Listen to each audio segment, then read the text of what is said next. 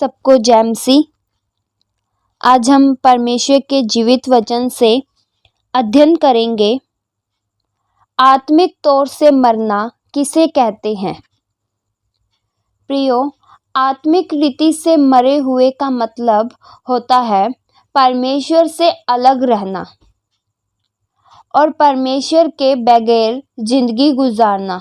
परमेश्वर का हमारे जीवन में स्थान न होना और हमारे जीवन में आराधना प्रार्थना न होना, यह सभी आत्मिक तौर से मरने की पहचान है। प्रियो, परमेश्वर ने जब पहला आदमी आदम और औरत को बनाया तो उन्हें सब चीज़ों पर अधिकार दिया, पर एक फल खाने को मना किया और यह भी कहा कि यह फल न खाना, नहीं तो तुम मर जाओगे। पर प्रियो, आदम ने आज्ञा न मानकर अपने आत्मिक जीवन को समाप्त कर लिया और प्रियो, यहीं से आत्मिक मृत्यु और शारीरिक मृत्यु इस संसार में प्रवेश किया।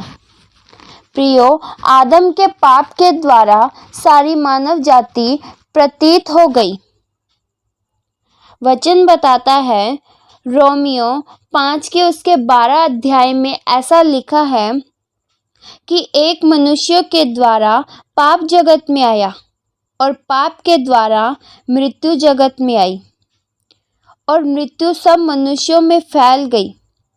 और यहीं से शुरू हुआ परमेश्वर से दूरी और आत्मिक मृत्यु।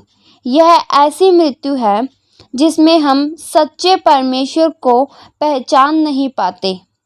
वचन बताता है, इफिसियों 2 का उसके 1 अध्याय में ऐसा लिखा है, उसने तुम्हें भी जिलाया जो अपने पापों और अपराधों में मरे हुए थे। प्रियो, उद्धार प्राप्ति से पहले हम अपराध और पापों के कारण मरे हुए थे और उद्धार प्राप्ति से पहले शारीरिक रीति से जीवन जीते थे, जबकि हम आत्मिक रीति से मरी हुई अवस्था में थे। परमेश्वर ने हमें बचा लिया और हमें उस मरी हुई अवस्था से छुड़ाया। वचन बताता है, रोमियो 5 के उसके 8 अध्याय में ऐसा लिखा है, परंतु परमेश्वर हम पर अपने प्रेम की भलाई इस रीति से प्रकट करता है कि जब हम पापी ही थे तब मसीह हमारे लिए मरा। प्रियो, हम जब पापी थे तो प्रभु यीशु मसीह हमारे पापों के लिए कुर्बान हुआ कि हम पापों की दशा से छुड़ाए जाएं और धर्मी जीवन बिताएं। वचन बताता है, कुलीसियों 2 का उसके 13 अध्याय में ऐसा लिखा है, उसने तुम्हें भी जो अपने अपराध और अपने शरीर की खतना रहित दशा में मुर्दे थे, उसके साथ जिलाया और हमारे अपराधों को क्षमा किया। प्रियो, यह परमेश्वर का कार्य ही है जिसके द्वारा वह हमें आत्मिक मृत्यु से जीवित करता है। और जब हम आत्मिक मृत्यु से जीवित हो जाते हैं तब हम मसीह के साथ जुड़ते हैं और प्रियो, पवित्र आत्मा के द्वारा नए किए जाते हैं और सच्चाई के मार्ग में हम चलने लगते हैं। वचन बताता है, तीतुस 3 के उसके 5 अध्याय में ऐसा लिखा है, उसने हमारा उद्धार किया। यह हमारे धर्म के कामों के कारण नहीं जो हमने आप किए, पर अपनी दया के अनुसार नए जन्म के स्नान और पवित्र आत्मा के हमें नए बनाने के द्वारा हुआ है। प्रियो, यह एक तरह से दूसरे बार जन्म लेने जैसा है। प्रियो, यूहन्ना 3 के 3 में लिखा है कि मैं तुमसे सच सच कहता हूँ, यदि कोई नए सिरे से न जन्मे तो वह परमेश्वर के राज्य नहीं देख सकता। प्रियो, हम यीशु मसीह पर विश्वास करके एक नए जीवन में प्रवेश करते हैं। प्रभु यीशु मसीह हमें नई जिंदगी देने आए और हमें उद्धार की खुशियां देने आए।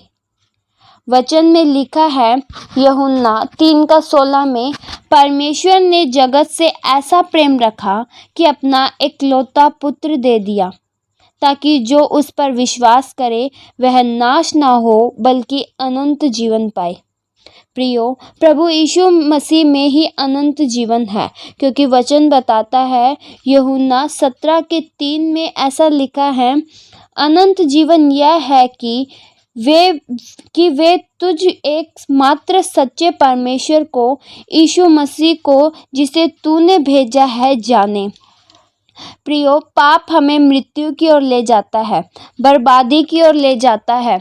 इससे बचाव का एकमात्र ही तरीका वह यह है, यीशु मसीह के पास आना और उस पर विश्वास करना, क्योंकि वचन बताता है रोमियो 6:23 में ऐसा लिखा है, क्योंकि पाप की मजदूरी तो मृत्यु है, परंतु परमेश्वर का वरदान हमारे प्रभु यीशु मसीह में अनंत जीवन है। इसलिए मेरे प्रियो, हमें सिर्फ अनंत जीवन प्रभु यीशु मसीह से ही प्राप्त होता है, और जो प्रभु यीशु मसीह देता है वह कभी भी समाप्त नहीं होगा, क्योंकि परमेश्वर ने अपनी प्रेम की भलाई हम सभी पर प्रकट की कि हमें जीवन दिया और हमारी अगुवाई की। जब हम पापों में जीवन गुजारते थे तब हमें छुड़ाया और हमें मसीह में जिलाया, हमारा छुटकारा किया और हमें पवित्र बनाया। वो अपना इकलौता पुत्र हमारे पापों के लिए कुर्बान किया कि हम पापी दशा में न रहें और हम आत्मिक रूप से जीवित हो जाएं। इस वचन के द्वारा परमेश्वर आप सभी को बहुतायत से आशीष दे। आइए हम आखिरी प्रार्थना करें। हालेलुया। स्वर्गीय आसमानी पिता, हम आपका धन्यवाद करते हैं क्योंकि आप महान हैं। हे प्रभु यीशु, आपने हमें ज़िंदगी दी, हमारे जीवन में खुशियाँ दी। ये आपके उपकार है। हमें पापी दशा से, पापी मनुष्यत्व से छुड़ाया, निज पुत्र पुत्रियां बनाया, धर्मी बनाया। हम आपका धन्यवाद करते हैं, आपके उपकारों के लिए धन्यवाद करते हैं। ये प्रार्थना प्रभु यीशु मसीह के नाम से मांगते हैं। सुनो और कबूल करो पिता। आमीन।